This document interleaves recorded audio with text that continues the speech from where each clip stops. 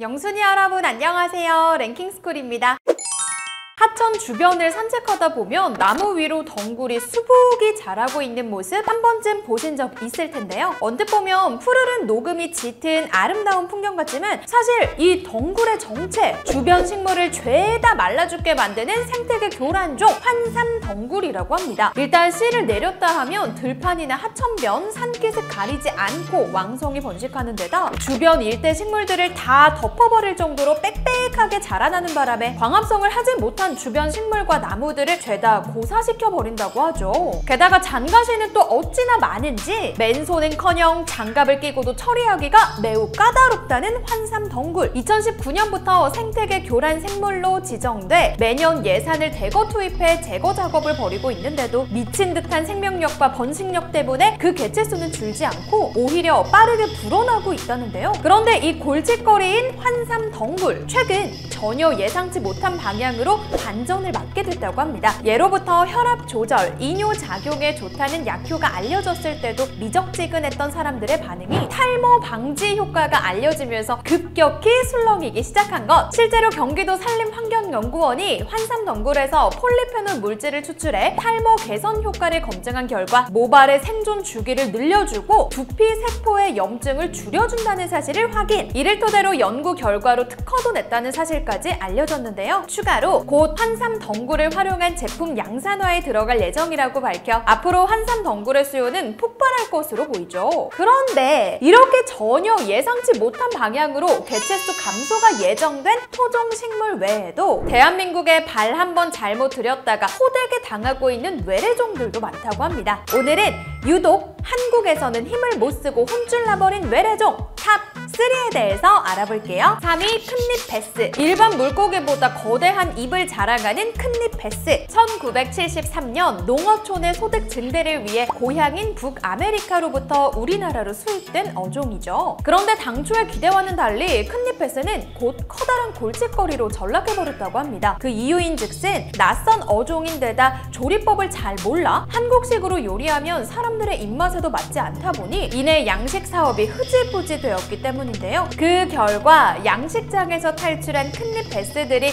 전국의 하천과 바다로 퍼져나가기 시작했고, 이들은 뭐든 닥치는 대로 잡아먹는 식성을 발휘. 토종 물고기들을 닥치는 대로 잡아먹는 바람에 국산 어종들이 씨가 마를 위기에 처한 것입니다. 심지어 이들이 먹어치운 건 비단 토종 물고기뿐만이 아니었죠. 수서 곤충이나 개구리 같은 양서류에 이어 물새나 작은 뱀까지 잡아먹으며 하천의 파괴왕이라는 별명과 함께 생태 환경을 파괴하는 주범으로 전락하고 말았는데요. 문제는 여기서 끝이 아니었습니다. 번식력까지 뛰어나 한 번에 무려 26만 개의 알을 낳는 것은 물론 새끼 물고기가 성체로 자라날 때까지 어미가 곁을 지키는 습성이 있어 날로 개체수를 불려나간 큰잎 베스. 결국 1998년 생태계 교란 외래어종으로 지정됐고 포획에 포상금까지 걸렸었죠. 그런데 너무나 이상하게도 이런 큰잎 베스가 2016년을 기점으로 개체수가 절반으로 뚝 떨어졌다는 소식이 전해졌습니다. 바로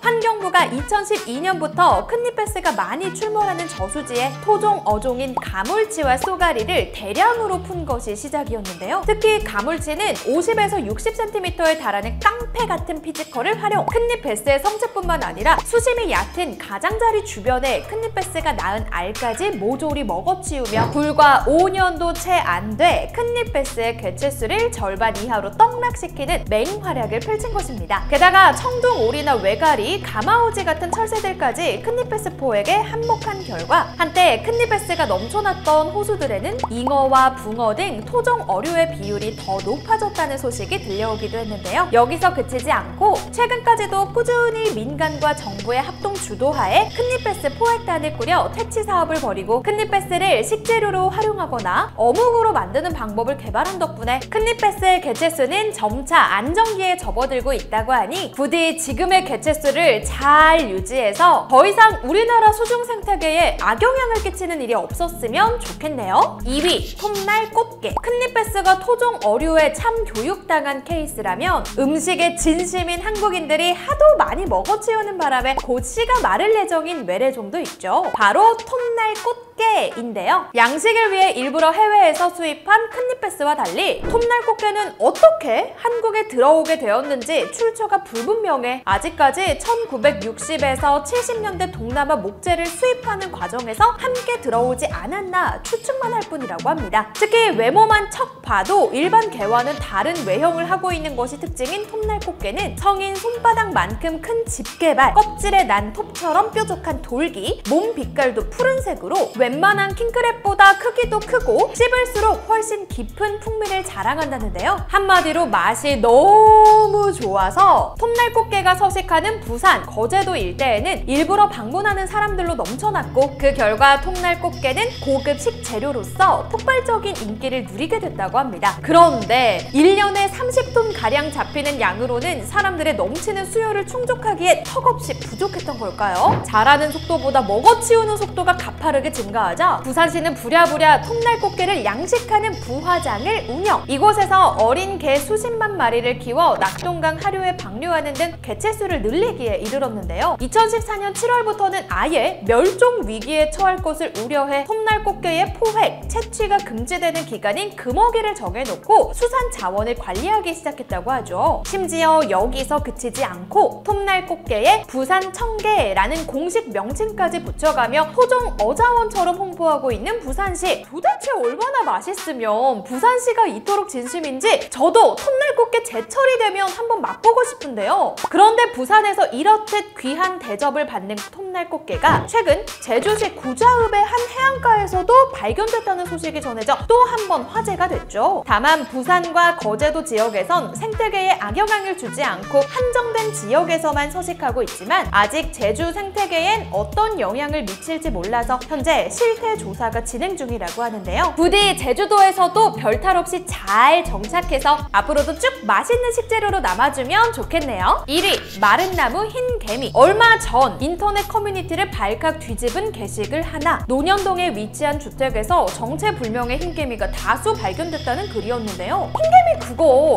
우리나라에도 있는 거 아니야? 왜 호들갑이야? 생각하실 수도 있지만 이번에 발견된 흰개미, 우리나라에서 발견되면 안 되는 악성 외래종 마른 나무 흰개미였다고 합니다. 원래 미국과 호주에 서식하는 이 개미들은 목재들을 갉아먹고 자라는데요. 일반적인 흰개미가 습한 곳에 서식하며 축축하고 썩어가는 나무만 갉아먹어 생태계를 이롭게 하는 반면 마른 나무 흰개미의 경우 수분이 없는 나무까지도 죄다 파먹는 탓에 목조 주택의 저승사자라는 악명과 함께 미국과 호주 등에서는 큰 골치를 앓을 정도라고 하죠. 특히나 우리나라의 경우 목조로 된 문화재가 많아 흰개미의 등장은 상당히 치명적일 수밖에 없는데요. 문제는 이 마른 나무 흰개미들은 군집을 이룬 뒤 5년이 지나 안정화가 되어야만 짝짓기를 시작하는데 이번에 우리나라에서 발견된 모습이 바로 날개를 펼쳐 짝짓기 비행을 준비하는 모습이었고 이는 흰개미가 이미 토착화되었을 가능성이 높다는 걸 의미하기 때문에 더욱더 우려를 자아낼 수밖에 없었습니다. 그런데 이런 마른 나무 흰개미 역시 어쩐지 한국에선 맥을 못 추고 이내 자취를 감출 수밖에 없었다는데요. 정부에서 즉각 나서서 본격적인 방제 작업을 진행했기 때문 환경부와 문화재청, 산림청 등이 신고가 접수된 즉시 제보자의 집을 뜯어 조사에 나섰고 여왕과 유시충까지 총 253마리의 흰개미를 전부 찾아내 박멸하는 데 성공했는데요. 그리고 이 과정에서 K탐지견의 역할 역시 컸던 것으로 알려졌습니다. 평소 문화재와 사찰을 중점적으로 탐색하는 탐지견이었지만 이번에 일반 가정집에서도 외래 흰개미가 발견됐다는 소식에 현장에 출동. 뛰어난 후각을 이용해 흰개미를 빠르게 찾아내는 데 도움을 줬다고 하죠. 그렇게 모두가 힘을 합쳐 퇴치에 성공한 마른 나무 흰개미. 아니 근데 이 빌라에서만 5년 넘게 서식한 거면 이미 다른 곳으로 퍼졌을 가능성도 있지 않아요? 다행히 환경부가 이 같은 가능성을 염두에 두고 현장에서 발견된 마른 나무 흰개미의 유전자를 추가로 분석한 결과 건조한 실내에서만 주로 서식하는 종으로 밝혀지면서 해당 빌라를 벗어나 다른 곳에서 정착했을 가능성은 매우 희박한 것으로 결론냈다고 합니다. 그래도 혹시 모를 가능성을 대비해 외래 흰개미류를 발견하는 즉시 신고할 것을 당부했다고 하니 부디 분석 결과처럼 희박하길 바라고 제발 우리나라에 다시 나타나지 말아줘. 도로나 강 주변을 어슬렁거리다 보면 자주 보이는 이 노란 꽃, 코스모 코스 같기도 하고 쨍한 노란색이 길거리를 화사하게 만들어줘 보기만 해도 기분이 좋아지는데, 알고 보면 이 노란 꽃 주변 토종식물을 전부 말라 죽게 만드는 외래종 큰 금계국이라고 합니다. 한번 자리를 잡으면 몇 해고 다시 자랄 정도로 번식력이 강한 데다 원래 살고 있던 주변 토종식물들의 살 자리를 빼앗는 바람에 생태계에 부정적인 영향을 끼친다는 큰 금계국. 하지만 우리나라에선 아직까지 생태계 위해성 2급으로 지정돼 수입, 유통 및 재배에 아무런 제재를 받지 않는 탓에 아직도 길거리 곳곳에 큰 금계국의 무분별한 식재가 계속되고 있다고 하죠. 하지만 이미 일본에서는 10여 년 전부터 큰 금계국으로 인한 생태계 파괴 위험이 가시화되면서 해마다 퇴치 작업을 벌이고 있어 우리나라도 늦기 전에 제거 작업을 시작해야 한다는 이야기가 나오고 있는데요. 자칫하면 외래종의 유입으로 우리나라의 생태계가 망가질 수도 있는 부분인 만큼 부디 정부 차원의 감시 관리가 잘 이루어질 수 있길 바랍니다. 지금까지 랭킹스쿨이었습니다. 감사합니다. 자, 아들 다시 해보자. 엄마, 플레이스테이션 랭아 사주세요. 장하다 우리 아들. 영순이 여러분 안녕하세요. 랭킹스쿨입니다. 경주마를 의인화한 미소녀들이 등장하는 게임 우마무스메 프리티 더비는 직접 입맛에 맞게 육성한 캐릭터들로 레이스를 진행한다는 독특한 게임 방식을 채택하고 있는데요. 박진감 넘치는 레이스와 더불어 중독성 있는 노래까지 큰 인기를 끌게 되며 우마무스메 프리티 더비는 한국에서 엄청나게 많은 유저들을 끌어들이는 데 성공했죠. 그런데 최근 한국의 유저들이 한국 서버의 운영에 불만을 품고 마차 시위를 계획 중이라는 충격적인 근황이 전해졌다고 합니다. 이유는 바로 우마무스메의 한국 서버를 퍼블리싱하고 있는 카카오 게임즈가 뽑기 이벤트의 진행 기간을 일본 서버보다 짧게 잡고 공짜로 배포하는 재화의 양도 크게 줄인 데다 중요 이벤트를 일본 서버와 달리 너무나 성의 없게 공지하는 차별 운영을 선보였기 때문이었는데요. 분노에 찬 유저들이 29분 만에 954만 원이라는 거금을 모금하며 마차 시위를 계획하자 카카오는 부랴부랴 장문의 사과문과 함께 이벤트 공지를 수정했다고 하죠. 하지만 그 대처가 너무나도 미흡해 결국 마차 시위는 계획대로 진행됐다고 합니다. 이 사태에 관해 사람들은 이후 카카오의 대처를 주목하고 있다고 하는데요. 무시무시하게도 우마무스메처럼 한국 서버를 차별했다가 순식간에 인기가 사그라들어 쓸쓸히 서비스를 종료하고 말았던 게임들이 많았기 때문이죠. 오늘은 한국 서버 차별했다가 서비스 종료한 게임 탑 5에 대해서 알아볼게요. 5위 카와이 헌터 Z. 얼마 전 서울 사비섬에서 축제를 열기도 했던 원신으로 유명한 중국의 게임사 미호요가 과거 제작했던 붕괴 시리즈는 전 세계에서 높은 인기를 자랑하는 게임 시리즈인데요. 이러한 인기에 힘입어 붕괴 시리즈의 두 번째 작품인 붕괴학원 2가 한국에 출시됐죠. 그런데 기대를 등에 업고 출시된 붕괴학원 2는 너무나 충격적인 모습을 하고 있었습니다. 이름부터 카와이 헌터 Z라는 어처구니 없는 이름으로 바뀐 데다 타인의 그림을 무단으로 도용해 게임을 홍보하기까지 한 건데요. 놀랍게도 이런 문제점들은 앞으로의 것들에 비하면 세 발의 피에 불과했죠. 한국 서버의 퍼블리싱을 담당한 핑거팁스가 한국인들의 돈만 쏙 빨아먹겠다고 생각한 건지 게임 내 유료 재화의 가격을 중국 서버의 2배로 책정하는가 하면 당연히 해줘야 할 업데이트조차 제대로 하지 않는 최악의 행보를 선보인 겁니다. 심지어 그렇게 기다리던 업데이트가 실시된 2015년 8월 이후에는 유저들의 데이터가 랜덤하게 초기화되는 엄청난 버그까지 터지기 시작했다는데요. 당연히 유저들은 데이터를 복구해주거나 그동안 쓴 돈을 환불해줄 것을 요청했지만 핑거팁스는 이 모든 것을 무시한 채 시간이 지나기만을 기다렸다고 하죠. 바로 1년이 지난 후에는 서비스 종료를 하더라도 환불을 해줄 의무가 사라지기 때문 1년이 지나자마자 운영진은 도망치듯 카와이 헌터 Z의 서비스를 종료해버립니다. 얼마나 급하게 도망을 갔는지 6년이 지난 지금까지도 메인 홈페이지가 그대로 남아있을 정도인데요. 핑거팁스가 이렇게까지 한국 서버를 차별하리라고는 생각도 못했던 미호요는 이후 출시된 붕괴학원 3와 원신의 한국 서버는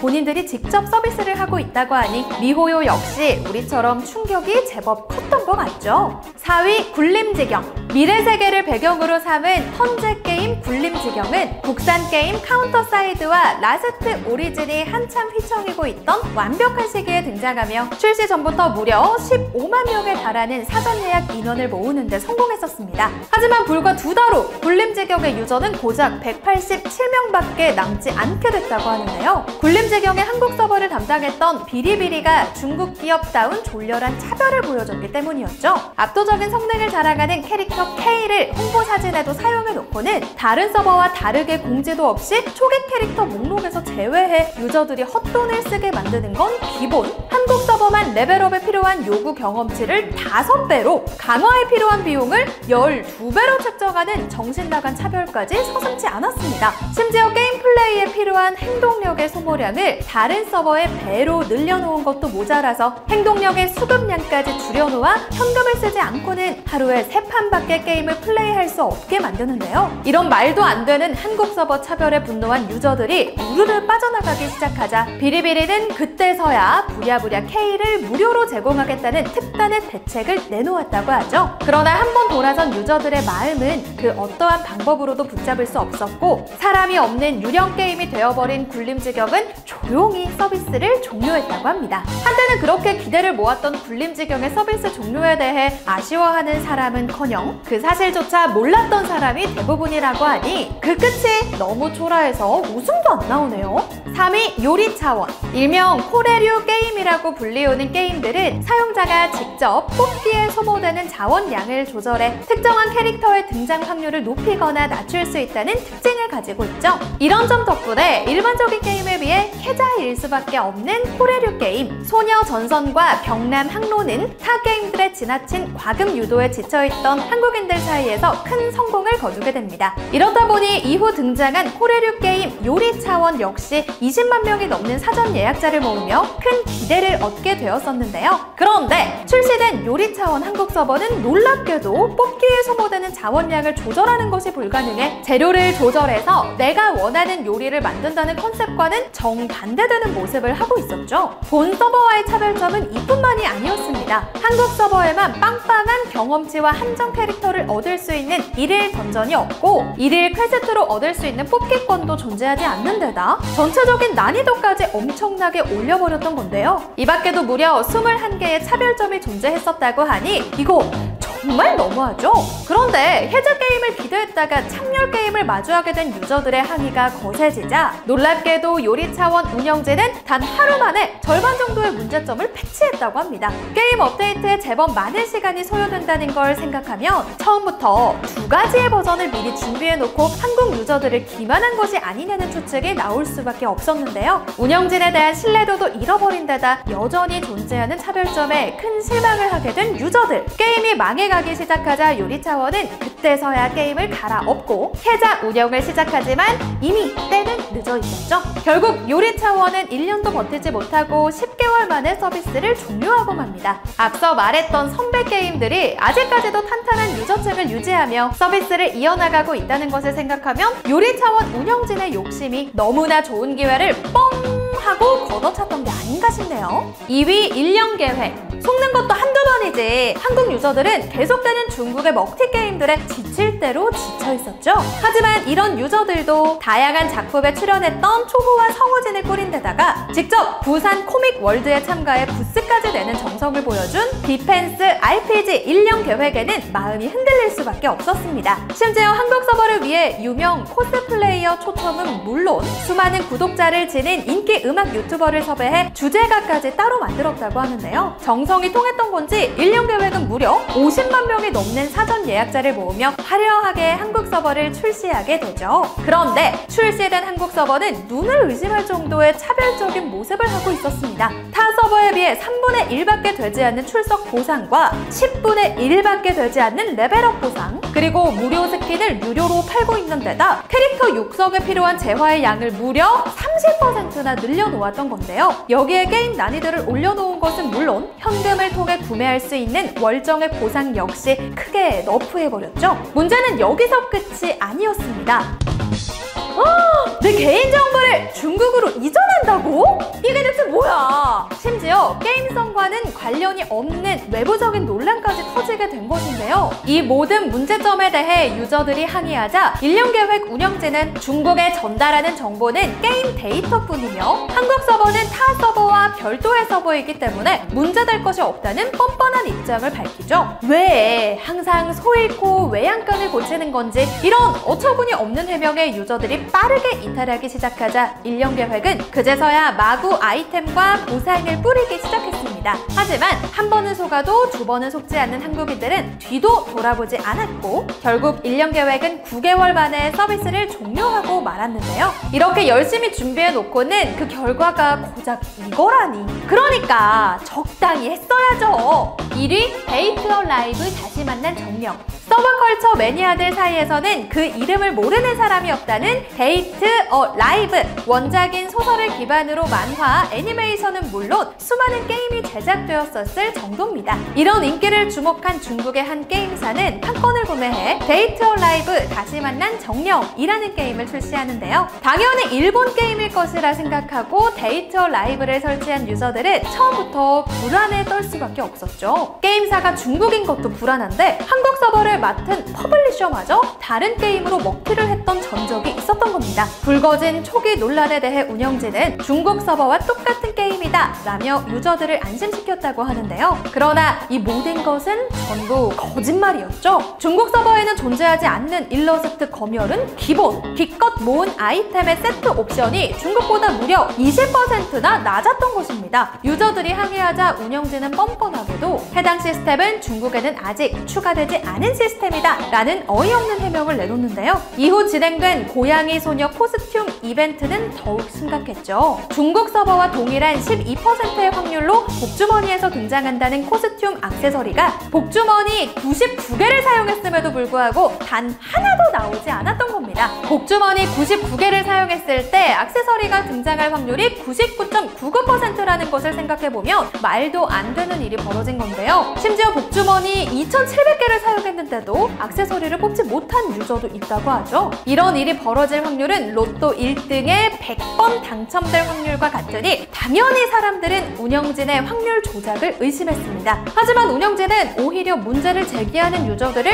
공식 카페에서 추방하는가 하면 그 어떠한 해명조차 하지 않는데요. 그런데 이틀 후 갑자기 복주머니에서 액세서리가 잘 나오기 시작하는 기이한 일이 벌어지죠. 유저들은 운영진이 뒤늦게 잠수함 패치를 한 게 아니냐며 항의했지만 운영진은 또다시 항의하는 유저들을 카페에서 추방할 뿐이었습니다. 이외에도 터진 수많은 논란들에도 유저들을 정제시키는 일관된 대처를 선보인 결과 결국 운영진만이 남게 된 데이트 어 라이브 다시 만난 정령은 242일 만에 서비스를 종료하고 마는데요. 한국 유저들을 얼마나 더 쥐어짤 생각인지 한국 서버를 종료하기 직전 오픈한 글로벌 서버에 한국 유저들을 옮겨놓고는 지금까지도 똑같은 방식의 운영을 선보이고 있다고 하죠. 아직까지 탈출 못하신 분들 지금이라도 탈출하세요!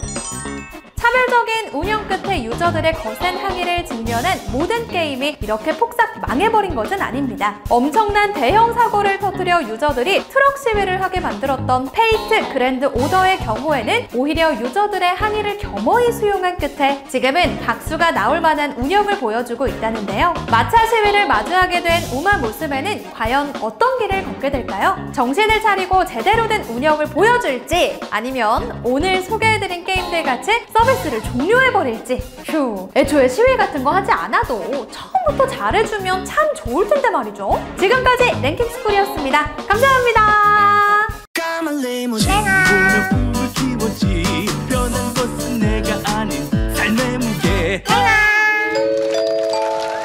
영순이 여러분 안녕하세요. 랭킹스쿨입니다.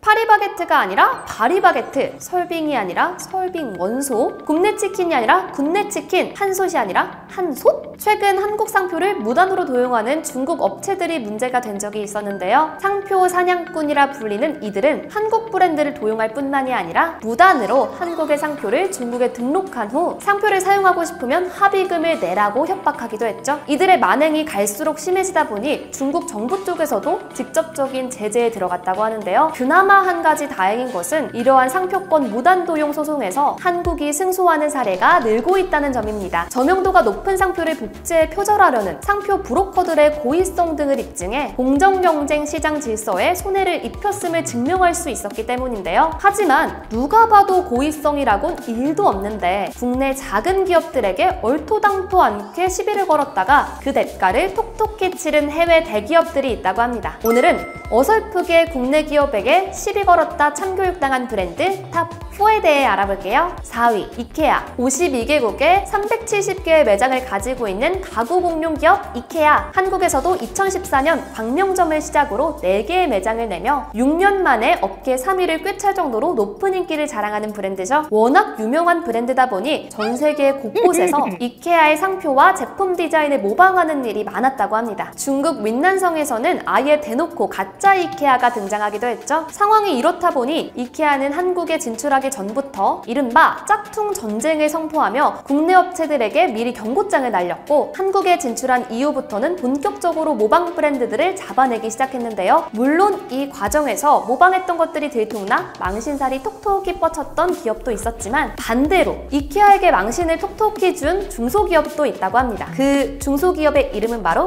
케아. 이름만 딱 봤을 때는 오? 비슷한데? 싶지만 사실 케아와 이케아는 로고의 모양부터 완전히 다른데요. 게다가 케아는 가죽신, 골프화, 농구화, 청바지 등의 의류를 판매하는 업체로 취급 상품도 전혀 달랐죠. 하지만 이케아 측에서는 이케아에서도 티셔츠, 양말, 목욕 가운 등의 의류를 판매하기 때문에 충분히 헷갈릴 수 있으니 고의로 이케아의 상표를 베낀 게 아니냐며 케아 측이 부정한 목적으로 상표를 출원했다고 주장했는데요. 그러나 법원의 생각은 달랐습니다. 법원은 케아와 이케아는 발음부터 다른데 무슨 소리냐 하며 이케아의 주장을 기각했는데요. 호칭이 다소 유사하게 들릴 여지가 있지만 외관도 관념도 완전히 다른 데다 이케아의 주력 상품이 의류도 아니니 케아가 이케아의 명성에 부당 탑승하려는 짝퉁 브랜드는 아닌 것 같다는 판결을 내린 거죠. 해당 판결에 이케아가 상고하지 않으면서 이렇게 사건은 일단락되었는데요. 이케아가 하도 짝퉁들의 골머리를 썩혀왔으니 그럴 수도 있겠다 싶긴 하지만 파는 품목이 전혀 겹치지 않는 의류업체를 단지 이름이 비슷하다는 이유만으로 따라했다고 몰아간 것은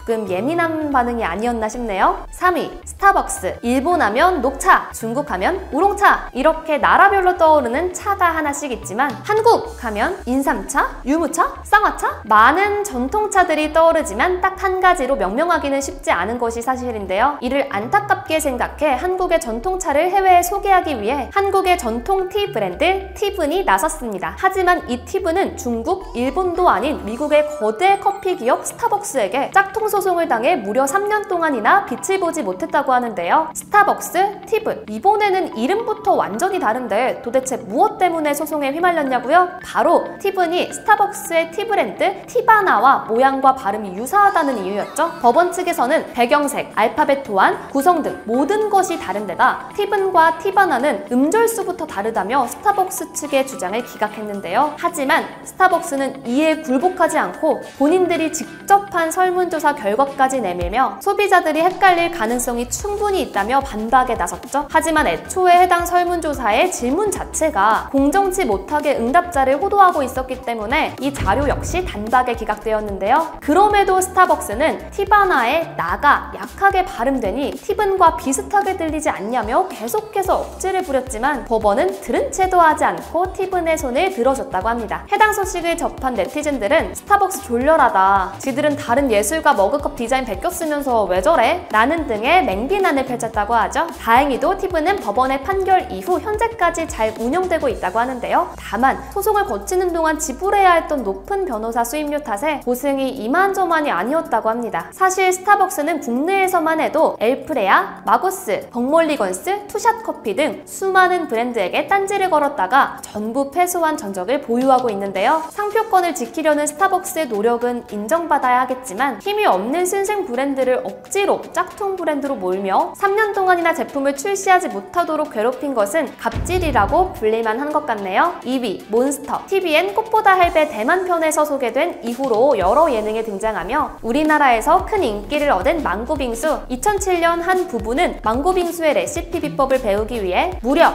60번이나 넘게 대만을 찾아가게 됩니다. 레시피를 안 알려주는 대만 회사들을 상대로 김치와 소주까지 싸들고 다니며 설득한 결과 드디어 2013년 부산의 망고몬스터라는 작은 카페를 여는데 성공했죠. 그러나 기쁨은 잠시였습니다. 돌연 에너지 드링크 업체인 몬스터에서 본인들과 이름이 비슷해서 소비자들이 헷갈릴 수 있다며 태클을 걸어온 것인데요. 거대 음료 회사가 자신들의 제품과는 1도 관계없는 일개 개인의 카페에게 일방적으로 시비를 걸어온 이 어이없는 상황. 당연히 법원은 망고몬스터의 손을 들어줬지만 이미 변리사를 선임하는데 600만 원이 넘는 비용을 지불해야 했고 가게 매출도 하루 10만 원대 정도로 떨어진 후였다고 합니다. 그 와중에 몬스터 측은 법원의 결과를 인정할 수 없으니 다시 재판해달라며 항고까지 했다고 하죠. 망고몬스터의 사장님 부부는 더 이상 변리사를 선임할 돈도 없고 혹시 패소라도 하게 되면 막대한 소송 비용까지 떠안아야 했기에 어렵게 세운 망고몬스터라는 브랜드를 포기하기로 결심했다고 하는데요. 그러나 다행히도 주위 사람들의 조언으로 공익변리사를 소개받아 약 2년 동안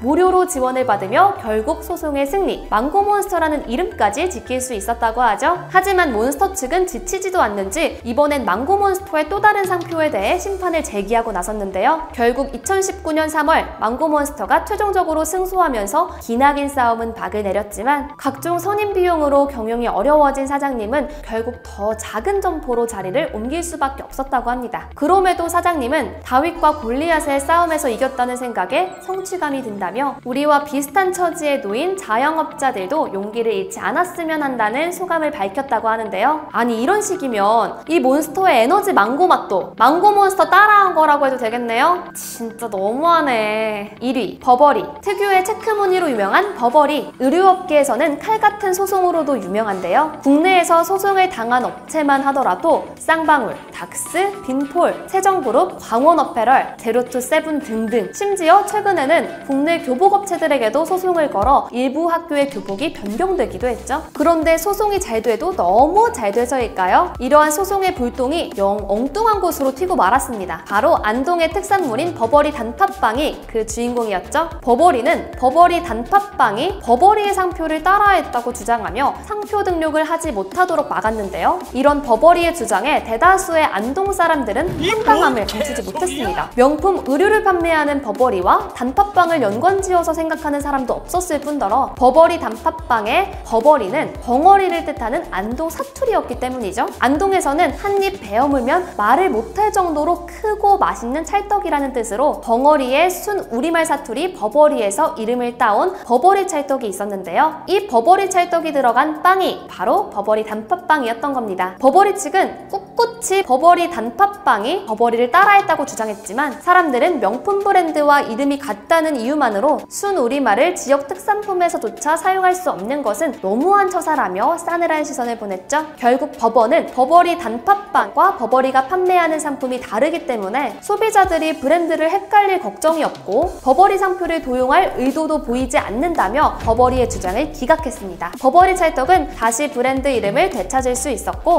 버버리는 이 사건이 여러 방송을 통해 보도되면서 톡톡히 망신을 치러야 했는데요. 철저한 브랜드 관리를 하는 것은 이해하지만 순 우리말로 이루어진 지역 특산품을 짝퉁 브랜드로 몰아간 것은 지나친 오만이 아니었나 하는 생각이 드네요. 2017년 특허청이 제출한 자료에 따르면 대기업과 중소기업 사이 디자인 상표로 재판에 갔을 때 중소기업이 패소할 확률은 54.7%에 달한다고 합니다. 소송에서 져도 별로 타격이 없는 대기업들과 달리 대다수의 중소기업들은 대기업들과의 소송에 많은 부담을 느끼는데요. 막대한 재판 비용이 들어가고 영업에 집중할 수도 없어 매출이 떨어지기 때문입니다. 이 때문에 본인의 상표를 억울하게 포기하는 경우도 있다고 하는데요. 브랜드를 보호하기 위해 만든 상표권이지만 다른 기업의 영업을 방해하는 용도로 사용되어서는 안 되겠죠? 보다 공정한 경쟁이 이루어지는 사회가 되었으면 좋겠네요. 지금까지 랭킹스쿨이었습니다. 감사합니다. 부러우니까 부러워지고 영순이 여러분 안녕하세요. 랭킹스쿨입니다. 요리에 인생을 바쳐도 하나를 수상하기 힘들다는 미슐랭 스타. 이런 미슐랭 스타를 16개나 수상했던 영국의 스타 셰프 고든 램지는 최근 자신의 이름을 따서 만든 수제버거 브랜드 고든 램지 버거를 대한민국에 오픈하게 되며 많은 화제를 모았죠. 그 중에서 가장 화제가 됐던 것은 바로 햄버거의 가격이었습니다. 대부분의 버거가 무려 3만 원에 달하는 비싼 가격을 자랑하는 데다 1966 버거의 경우에는 무려 14만 원에 달한다고 하니 이걸 대체 누가 사서 먹지? 하는 의문이 드는 건 당연했죠. 하지만 고든 램지 버거는 이런 사람들의 의문을 비웃기라도 하는 듯 그야말로 어마어마한 매출을 기록하며 대성공했는데요. 이렇게 비싼 버거도 잘 팔리는데 원래 잘 나가던 브랜드들은 당연히 한국에서 대성공하겠지 싶지만 무턱대고 한국 시장에 뛰어들었다가 국산 음식들에 완전히 밀려버려 사라진 외국 브랜드들이 있다고 합니다. 오늘은 한국 만만하게 보고 야심차게 들어왔다 탈탈 털린 음식 탑 3에 대해서 알아볼게요. 3위 마카롱. 마카롱은 겉은 바삭하면서도 속은 촉촉하면서도 부드러운 달콤한 맛 덕분에 비싼 가격에도 불구하고 정말 인기가 많은 과자죠. 이런 마카롱 중에서도 명품 마카롱이 존재한다고 합니다. 150년이 훨씬 넘는 역사를 자랑하는 프랑스 라듀레의 마카롱은 세계에서 제일 맛있는 마카롱이라는 타이틀을 가지고 있는데요. 아니 대체 얼마나 맛있길래 그러는 거죠? 놀라지 마시라! 라듀레는 무려 100가지가 넘는 다양한 맛의 마카롱을 자랑한다고 합니다. 특유의 고급스러운 포장과 어우러진 색색의 마카롱은 마치 보석함을 여는 것 같은 기분까지 든다는데요. 이런 라듀레가 2012년 야심차게 한국에 진출하게 되죠. 프랑스 현지에서 냉동 상태로 마카롱을 공수해 라듀레의 맛을 그대로 느낄 수 있도록 한다는 말에 사람들은 세계에서 가장 맛있는 마카롱이 상륙했으니 이제 불티나게 팔릴 일만 남았구나 라고 생각했습니다. 그런데 라듀레는 사람들의 예상과 달리 그야말로 본전도 못 건진 채 폭삭 망해버리고 말았는데요. 불과 5년 만에 수지를 맞추기 힘들다는 이유로 라듀레가 대한민국에서 철수해버리고 만 거죠. 쉽게 이해가 가지 않는 라듀레의 철수에는 다 이유가 있었는데 바로 뚱카롱이라고 불리는 케이크카롱의 존재였습니다. 훨씬 저렴하면서도 한국인의 취향을 완벽하게 저격한 뚱카롱에 라듀레가 처참하게 밀릴 수밖에 없었던 건데요. 두툼한 뚱카롱의 식감에 중독된 사람들은 라듀레를 먹고 생각보다 실망인데? 라는 반응을 보이기도 했다고 하죠. 디저트계의 피카소로 불리는 프랑스의 명품 마카롱 피에르 에르메 역시 한국에 진출했었지만 뚱카롱에 밀려 결국 철수 절차를 밟게 됐다고 합니다. 최근 뚱카롱은 일본에서 의외의 인기를 끌고 있는데요. 이러다 뚱카롱 일본 라듀레까지 철수시켜버리는 거 아니에요? 농담! 2위 감자칩. 미국의 전 대통령 도널드 트럼프가 즐겨 먹고 21세기 최고의 축구 스타로 꼽히는 리오넬 메시가 광고하는 이 감자칩, 바로 미국의 국민 감자칩인 레이즈입니다. 수치로만 따져도 2018년 기준 미국에서 60%에 달하는 감자칩 점유율을 보유하고 있는 레이즈는 연간 2조 원에 달하는 매출을 올리고 있다고 하는데요. 이런 레이즈 감자칩은 레이즈 돌풍을 일으키겠다는 야심찬 꿈을 품고 한국 시장에 진출하게 되죠. 하지만 처음에 원대했던 목표와는 다르게 레이즈는 그야말로 듣보잡 감자칩으로 전락하게 됩니다. 코스트코와 같은 외국계 마트에서나 찾아볼 수 있는 신세가 되어버린 레이즈, 어떻게 이런 일이 벌어진 걸까요? 문제는 바로 한국인과 미국인의 입맛이 너무나도 달랐다는 거였죠. 한국인의 입맛에는 마치 소금을 퍼먹는 것과 같은 느낌이었던 레이즈. 게다가 한국에서 이미 판매되고 있는 포카칩 역시 레이즈에 비해 질이 떨어지는 감자칩이 아니었습니다. 포카칩은 펩시코와의 합작을 통해 설립된 오리온 프리토레이를 통해 개조된 만큼 레이즈의 노하우는 그대로 물려받은 채 한국인의 입맛을 집중 공략할 수 있었는데요. 여기에 만족하지 않고 강원도 평창에 감자 연구소를 설립해 운영하는 것과 동시에 그의 수확한 햇감자로 감자칩을 만드는 정성까지 곁들여졌으니 레이즈가 비집고 들어갈 틈이 전혀 전혀 없었죠. 이렇게 됐으면 양으로 승부를 봐야 할 텐데 레이즈는 포카칩과 똑같은 중량인 60g으로 한국 시장에 진출한다는 오답을 고르고 맙니다. 심지어 2015년 9월 포카칩이 66g으로 중량을 올리며 레이즈는 맛도 양도 포카칩에 밀리게 되는데요. 결국 레이즈는 한국 시장에서 아무런 힘도 쓰지 못하고 쓸쓸하게 퇴장하게 되죠. 한편 포카칩은 베트남에서 레이즈를 제치고 감자칩 1위를 차지하는 등 외국에까지 그 위세를 떨치고 있는 중이라고 합니다. 한국 시장을 점령하지도 못하고 역으로 다른 시장을 빼앗기고 있는 레이즈. 긴장하셔야겠어요. 1위 치킨버거. 먹기 간편한 데다 맛까지 좋은 패스트푸드는 바쁜 현대인의 한 끼 식사로 많은 인기를 끌고 있죠. 이런 패스트푸드에는 맥도날드, 롯데리아, 버거킹 등의 정말 다양한 브랜드들이 존재합니다. 그 중에서도 미국의 패스트푸드 체인점 파파이스는 정말 잔뼈가 굵은 브랜드인데요. 세계 20여 개국에 무려 2,000개 이상의 매장을 가지고 있을 정도로 커다란 성공을 거뒀죠. 파파이스는 케이준 요리 특유의 진한 고기 맛으로 다른 브랜드와의 차별점을 두고 있습니다. 그 중에서도 특히 치킨 샌드위치라 불리는 치킨버거는 미국에서 이 버거를 차지하기 위한 큰 싸움까지 벌어졌을 정도로 엄청난 인기를 끌고 있다고 하는데요. 1990년 그 인기를 한국에도 발휘하겠다는 생각으로 뽀빠이 치킨이라는 이름과 함께 국내에 처음 상륙했다가 미국 본사가 부도가 나면서 잠시 철수했던 파파이스. 1994년 이번에는 다르다 라는 생각으로 다시 한번 한국에 진출했습니다. 하지만 다시 한번 한국 시장에 쓴 맛을 보며 2020년 한국에서 그 자취를 감춰버리고 말았는데요. 처음 진출했을 때만 해도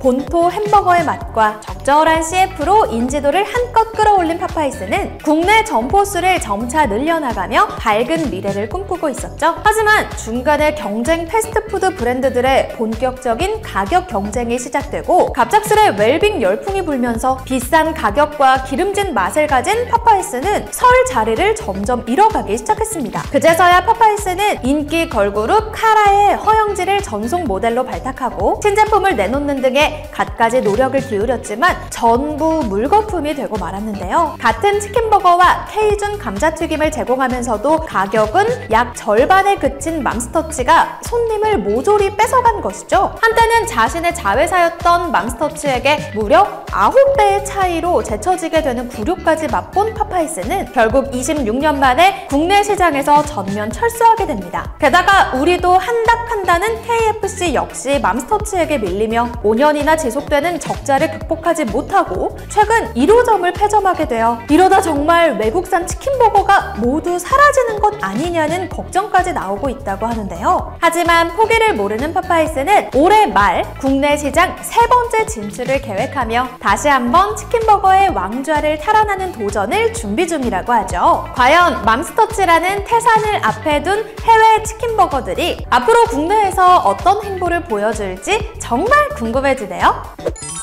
한국 시장은 다국적 기업들의 무덤이라고 불리고 있죠. 전문가들은 이들이 국내 시장 및 소비자의 심리를 파악하지 못한 것을 원인으로 꼽고 있습니다. 해외에서 큰 성공을 거둔 브랜드들이 자신들의 판매 전략을 과신한 나머지 한국의 트렌드를 제대로 알아볼 생각도 하지 않고 진출했다는 것인데요. 음식 브랜드라면 그나마 문제가 적겠지만 자동차와 같은 지속적인 관리가 필요한 상품을 판매하는 브랜드의 경우에는 남겨진 소비자들만 뒤통수를 세게 맞게 되는 실정이죠. 부디 자신들의 상품을 사랑해주던 소비자들을 위해서라도 한국의 트렌드를 제대로 파악하고 진출하셨으면 좋겠습니다. 우리 의외로 눈 높다고요? 지금까지 랭킹스쿨이었습니다. 감사합니다.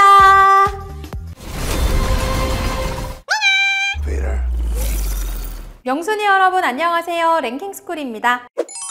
이미 전 세계적인 사랑을 받는 많은 유튜버들, 많은 유튜버의 수만큼 콘텐츠의 종류도 어마어마한데요. 보는 사람들을 웃음 짓게 만드는 콘텐츠도 많지만 화나게 만드는 콘텐츠도 적지 않죠. 그런데 그 중에서도 유독 한국인들을 더 화나게 만든 유튜버들이 있다고 합니다. 오늘은 한국인들 빡치게 만든 유튜버 탑 3에 대해 알아볼게요. 3위 그렉 듀셋. 1995년 데뷔해서 지금까지 쭉 사랑받고 있는 연예인이 있죠. 바로 바로 김종국 씨인데요. 터보로 가요계에 데뷔한 후 3관왕까지 달성하며 가요계를 섭렵, 이후 예능계에서도 왕성하게 활동하며 많은 국민의 사랑을 받아온 김종국 씨를 겁도 없이 저격한 유튜버가 있었으니 캐나다의 유명 헬스 유튜버 그렉 듀셋입니다. 지난 11월 4일 뜬금없이 그의 채널에 김종국 씨를 저격하는 영상이 하나 올라왔죠. 그는 김종국 씨의 과거 사진들을 보며 40대에 들어서도 몸이 더 좋아졌다. 이건 호르몬 대체 요법을 하는 것. 100만 달러를 걸거나 누군가 내 머리에 총을 겨누고 그가 약물을 했는지 묻는다면 나는 그가 로이더라고 대답할 것이라고 주장했습니다. 이에 김종국 씨 측에서는 즉시 커뮤니티에 웃고 넘기려고 했는데 뉴스까지 나올 정도로 일이 커졌으니 끝까지 가보자 라며 검사를 받는 사진과 함께 반박을 시작했죠. 하지만 선수가 아니면 정밀한 검사를 받을 수 없고 설령 약물을 썼어도 시간이 지나면 검출이 되지 않는다는 점 때문에 김종국 씨 측이 결백을 주장하는 일이 쉽지만은 않았는데요. 그렉 듀셋은 계속해서 그가 약물을 썼을 것이라며 떼를 쓰는 답답한 상황이 이어지던 그때 김종국 씨를 옹호하는 각종 전문가의 의견이 속속들이 등장하기 시작했고 김종국 씨가 고소까지 선언하자 결국 그렉은 꼬리를 내리고 자신의 영상들을 삭제한 후 사과 영상을 업로드했는데요. 하지만 마지막까지도 김종국 씨의 노력을 인정하기보다는 그의 타고난 유전자 덕분에 가능했다는 식으로 비꼬는 듯한 뉘앙스를 풍겨 사람들을 다시 열받게 했죠. 뿐만 아니라 이후 알려진 바에 따르면 그렉 듀셋은 과거 약물 검사를 거부해 자격이 박탈당한 적도 있는 데다 스테로이드를 25만 달러가량 밀반입하다 걸린 이력까지 있었다고 하는데요. 아니, 이런 사람이 뻔뻔하게도 다른 사람을 약물로 저격했다니. 하긴 애초에 본인부터가 그렇게 약물로 몸을 만들어 왔으니 열심히 운동해서 몸을 만든 사람을 이해하지도 존중하지도 못한 거겠죠. 대한민국 국민들은 약 20년간 TV를 통해 김종국 씨의 노력을 봐왔는데 겨우 몇 분짜리 영상 하나로 그것을 망치려 한 그렉 듀셋, 욕먹어도 싼 거 같죠?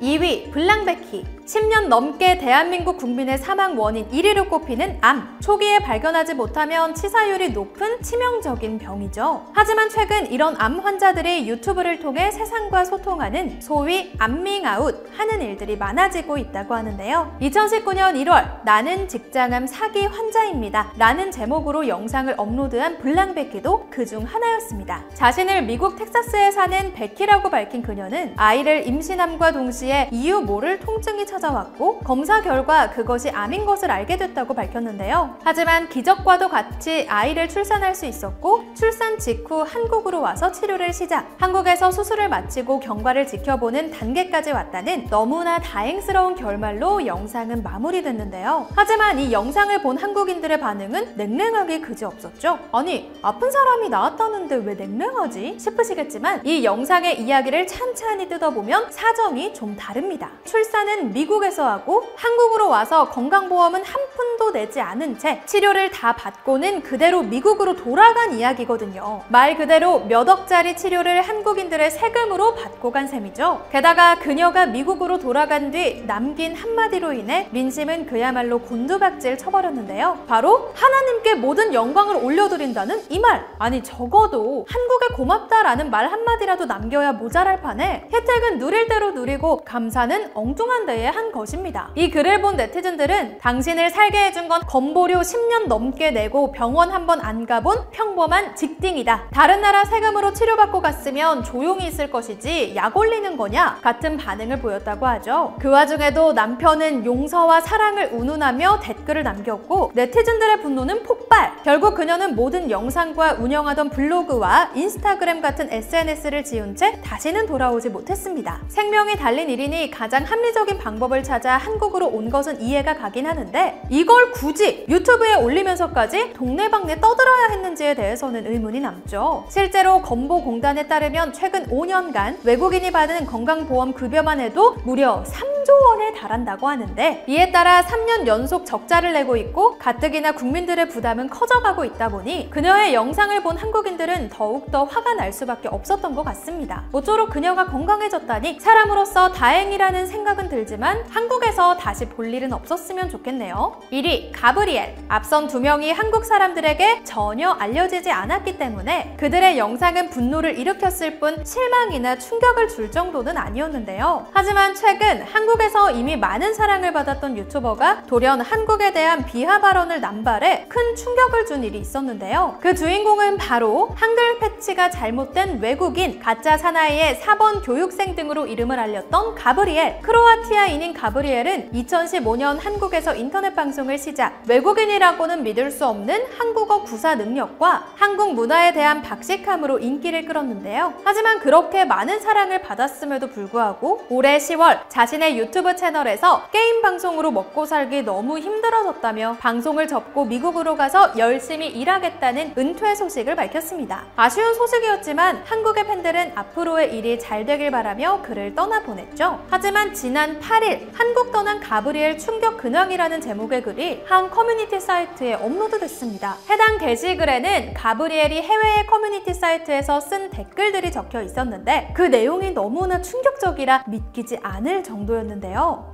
한번 읽어볼게요. 한국은 경제가 좋지만 사회적으로 아직 석기 시대에 있다. 네? 뭐라고요? 한국 여성은 대가를 요구한다. 80%가 성형을 했다. 이건 비하 발언 아닌가요? 그야말로 한국인들의 뒤통수를 얼얼하게 만드는 말들이죠. 심지어 외국인들이 나서서 그의 댓글에 수많은 비추천을 눌렀고 무지한 발언을 그만하라고 지적했음에도 그의 몰상식한 발언은 계속해서 이어졌는데요. 거기에 한술 더 떠 한국은 오랫동안 글을 쓰는 시스템이 없었고 고대 일본어가 초기에 한국에 영향을 미쳤다라는 말도 안 되는 뇌피셜까지 써버린 가브리엘. 현재 네티즌들에 의해 재조명된 바에 의하면 사실 그는 전부터 자신의 방송이 실패한 것이 한국의 문제라며 한국 문화를 깎아내리는 모습을 자주 보이기도 했었다는데요. 한국에서 온갖 플랫폼의 러브콜을 받고 다양한 콘텐츠에 초청받을 정도로 많은 사랑을 받은 건 까맣게 잊어버린 건지 현재 한국은 외국인에 대한 편견이 가득하다는 발언까지 서슴지 않는 가브리엘. 편견이 가득하다는 말은 한국이 아니라 본인에게 더 잘 어울린다는 것 이제는 깨달아야 하지 않을까요? 최근 BTS 콘서트에서 동양인을 우습게 묘사한 복장을 입고 인증샷을 찍은 외국인 유튜버가 화제가 된 적도 있었는데요. 한국인들이 Do you know BTS를 외쳤던 과거와는 달리 이렇게 먼저 어그로를 끄는 해외 유튜버가 있을 정도로 유명해져 버린 한국과 한국 문화. 어쩌면 유명해질수록 이런 어이없는 일도 자연스레 많아지는 것일지도 모르겠네요. 그래도 우리를 너무 빡치게 한다는 사실은 변함이 없는 사실. 앞으로는 이런 헛소리로 한국인들을 빡치게 하는 유튜버가 나오지 않았으면 좋겠네요. 지금까지 랭킹스쿨이었습니다. 감사합니다. 랭아. 君の名前は 영순이 여러분 안녕하세요. 랭킹스쿨입니다. 울릉도 동남쪽 백기 차라리 독도는 우리 땅이죠. 그런데 지난 2008년 한 일본 기자가 독도에 관해 어이없는 요구를 해 화제가 된 적이 있었는데요. 배우 허준호 씨에게 독도 문제에 대해 발언해달라고 한 것이죠. 이때 허준호 씨는 그의 펜을 뺏은 후 기분이 어떻냐고 물어보는 사이다 반응을 보여줬습니다. 이렇게 진지한 분위기의 기자회견뿐만 아니라 재밌으라고 출연한 일본의 예능 프로그램에서 받은 무례한 요구에 대해 시원하게 일침을 날린 한국 연예인들도 있다고 합니다. 오늘은 일본 예능의 무례한 질문에 사이다같이 대처한 한국 연예인 탑3에 대해 알아볼게요. 3위 카라. 미스터, 점핑 같은 명곡으로 일본에서 사랑받으며 오리콘 차트 1위까지 차지했던 인기 걸그룹 카라. 그녀들의 인기에 걸맞게 수많은 예능에서도 카라를 부르는 러브콜이 끊이지 않았다고 하죠. 그중 한 예능 프로그램에 출연하게 된 카라는 겨울을 즐기는 법에 대해 이야기하게 되었는데요. 먼저 말문을 튼 것은 일본 연예인들. 그들은 일본의 난방기구 코타츠에 대한 이야기를 시작하는데요. 여기서 잠깐! 코타츠란 난로가 달린 탁자에 이불을 덮은 듯한 모양의 난방기구로 일본 드라마나 만화 등에서는 한겨울의 등장인물들이 코타츠에 둘러앉아 귤을 먹는 모습을 흔히 볼 수 있죠.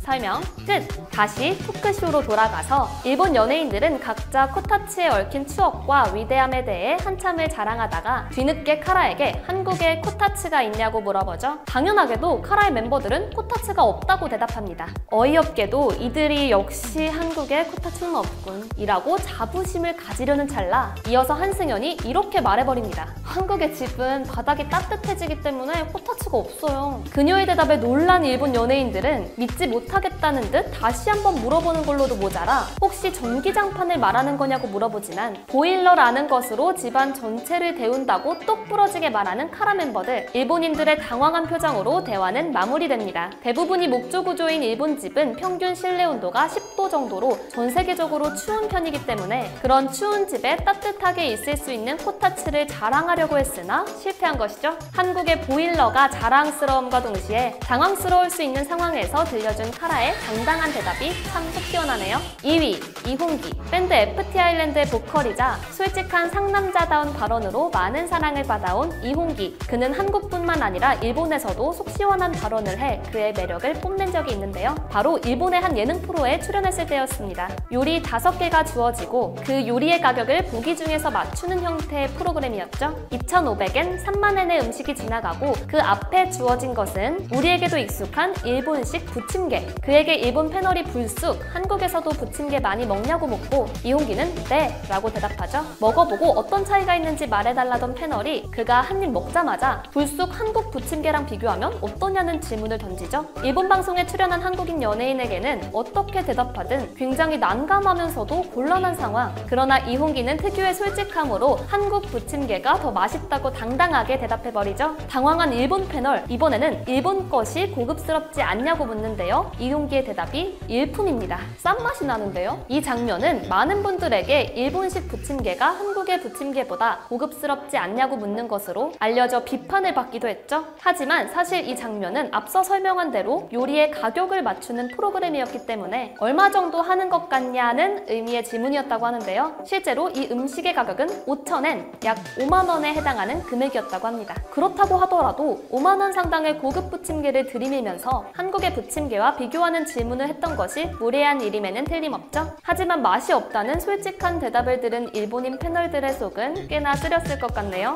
1위, 이정현. 파격적인 무대 컨셉과 의상으로 한국의 레이디 가가라 불리며 많은 사랑을 받았던 이정현. 한국에서 많은 사랑을 받은 그녀는 2004년 일본으로 진출하게 됩니다. 그런 그녀에게 주어진 데뷔 무대는 무려 홍백과 합전. 매년 12월 31일 일본의 가수들이 홍팀과 백팀으로 나뉘며 대결을 펼치는 프로그램으로 전 국민이 보는 하나의 의식 같은 프로그램이었죠. 그녀가 출연했던 드라마 아름다운 날들이 히트한 덕에 일본 데뷔 무대를 홍백과 합전에서 치를 수 있었다고 합니다. 하지만 일본 측에서는 한 가지 조건을 내걸었다고 하는데요. 이정현에게 일본의 전통 의상 기모노를 입고 올 것을 요구한 것입니다. 일본에서 아무런 경력도 없는 이정현으로서는 앞으로의 원활한 일본 활동을 위해서라도 일본 측의 갑질, 아니 제안을 수용할 수밖에 없는 상황이었죠. 그러나 방송 당일 이정현이 선택한 의상은 바로 한복이었습니다. 일본 국민 대부분이 시청하는 생방송에 보란듯이 한복을 입고 등장한 것인데요. 그녀는 몰래 한복을 챙겨가 입었다는 비화를 밝히며 절대 기모노를 입기 싫은 작은 반항이었다고 그 이유를 밝혔습니다. 보수적인 일본 연예계의 분위기상 이정현의 이러한 돌발 행동은 그녀의 커리어에 치명적인 오점으로 다가올 수 있었겠지만 한복의 아름다움은 일본인들도 알아본 모양입니다. 오히려 기모노로 가득한 연예인 사이에서 한복을 입은 그녀의 모습은 돋보이며 화제가 되었다고 하는데요. 심지어 한복 특집 방송이 제작되기도 할 정도였다고 하죠. 그러한 인기에 힘입어 오히려 같은 시기에 일본에 진출한 가수들보다 좋은 성적을 거둘 수 있었다고 합니다. 불합리한 요구에 굴하지 않고 꿋꿋하게 소신을 지킨 모습이 오히려 일본인들에게 매력적으로 다가왔던 것 같네요. 일본은 자국의 문화를 자랑스러워해 자국 예능 프로그램에서도 그러한 것들을 강조하기로 유명한데요. 적당한 자부심은 좋게 보일 수 있지만 다른 사람을 까내리면서까지 얻는 자부심은 오히려 무례함으로 비춰질 수 있다는 사실을 알아둬야 할 것 같습니다. 앞으로 일본 예능에 진출하는 한국 연예인들이 무례한 질문을 받는 일은 없었으면 좋겠네요. 지금까지 랭킹스쿨이었습니다. 감사합니다.